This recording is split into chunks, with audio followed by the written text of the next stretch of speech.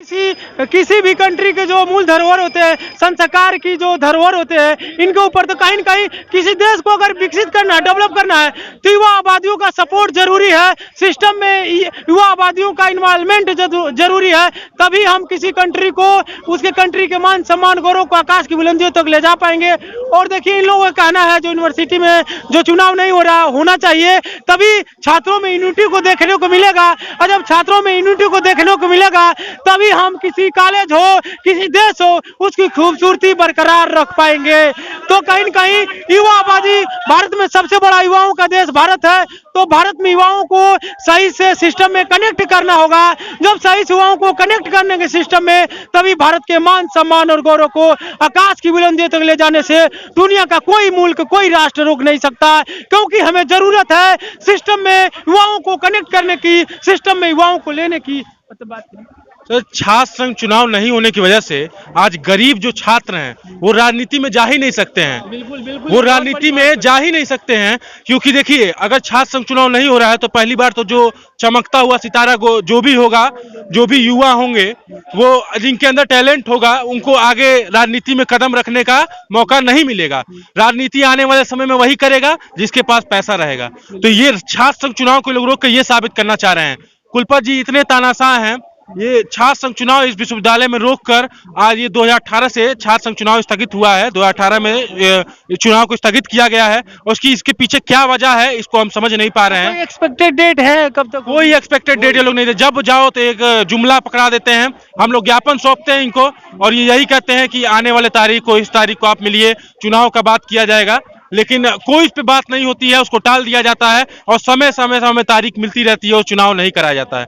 छात्र संघ चुनाव, छात्र अधिकार को रोका जा रहा है, और अगर छात्र संघ चुनाव आने वाले 2-3 सालों में नहीं हुआ तो यही विश्वविद्यालय है, वो दिन दूर नहीं जब विश्वविद्यालय में छात्र आएंगे और हर आए दिन एक नई घटना को देखने को मिलेगा। छात्रों की आवाज को दबाया जा रहा है। विश्वविद्यालय की जो खूबसूरती है वो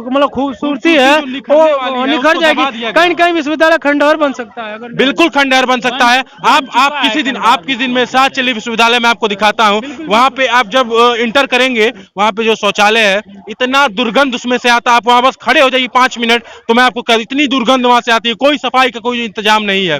ये कुलपति जी ऐसे हैं कि इनको कॉलेज से कोई लेना देना नहीं है। इनको बस अपने शिक्षा व्यवस्था में सुधार भी इनको उतना कोई, आप देख रहे हैं बच्चों के लिए कितना वो CBCS पैटर्न ला दिया इन्होंने। 1600 फीस लिया सबसे, एक आदमी से, पर हेड, पर छात्र से, छात्राएं से इन्होंने 1600 रुपया लिया। अब सोचिए, जितने महाविद्यालय, जितने विश्वविद्यालय में ये लोग 1600 रुपया लिए हैं, सोचिए कितने करोड़ का घोटाला हुआ है। बिल्कुल तो सही बात। छात्रों से, मतलब बताइए, कोई किसान का बेटा है, वो विश्वविद्यालय में पढ़ रहा है, और उससे ये लोग 1600 रुपया ऐंठ रहे हैं। किस अधिकार से ऐंठ रहे हैं? ये प्रशासन से क्या मांगे? ये लोग बस विश्वविद्यालय में सरकारी नाम दे रहे हैं, लेकिन प्राइवेट से ज्यादा ये लोग बदस्थिति कर दिए हैं। मतलब दुर्दशा, बहुत ज्यादा छात्रों की दुर्दशा है, बहुत दुर्दशा हो गई है। ये छात्रों को एकदम दबा के रखे हैं अपने ऊपर। ये छात्र अगर कोई धरने बैठ जाता है तो ये लोग विश्वविद्यालय में ही पुलिस प्रशासन घुसा देते हैं, जबकि कानून ये कहता है, कानून ये कहता है कि विश्वविद्यालय में आप पुलिस नहीं बुला सकते हैं। चुनाव, छात्र नेता चुनाव कर रहे हैं, छात्र नेता चुनाव धरने पर बैठे तो विश्वविद्यालय के अंदर पुलिस एंट्री नहीं कर सकती है। लेकिन उसके बावजूद प्रॉक्टर हुए हैं, चाहे कोई भी उसमें तमाम ऐसे हुए हैं, वो लोग पुलिस को बुला के और अपने सहयोग लेके हम लोग को दबाने की कोशिश करते हैं। लेकिन हम उन लोग से डरने वाले नहीं हैं, क्योंकि हम कहना चाहेंगे कि बुलंदी देर तक किसी शख्स के हिस्से में नहीं रहती है। बड़ी ऊंची इमारत हर घड़ी खतरे में रहती है।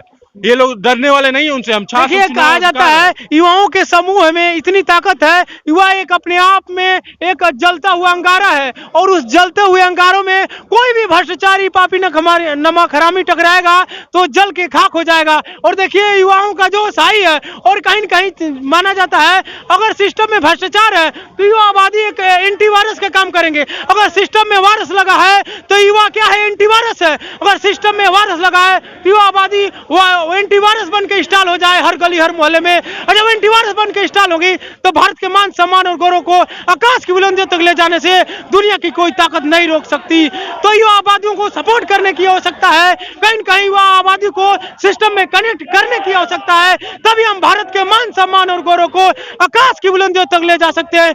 कहिए, युवाओं की जनसंख्या भारत में है, युवा अपने आप में एटम बम के समान है। उसके सामने कोई भी भ्रष्टाचारी, नमक हरामी, पापी टिक नहीं सकता। सकता।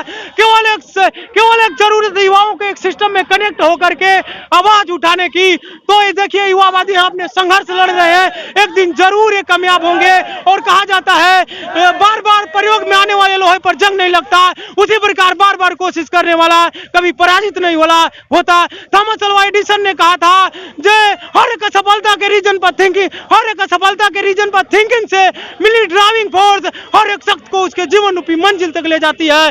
केवल है हौसले बना करके अपने मंजिल के पीछे लगने की। अपने मंजिल को जो गुरु आपको एक डोर से बांधता है, उस डोर को प्रतिज्ञा करिए कि उस डोर को हम 4 लाइन बनाएंगे। आने वाली पीढ़ियां भी उस 4 लाइन का एंजॉय करेगी। जय हिंद।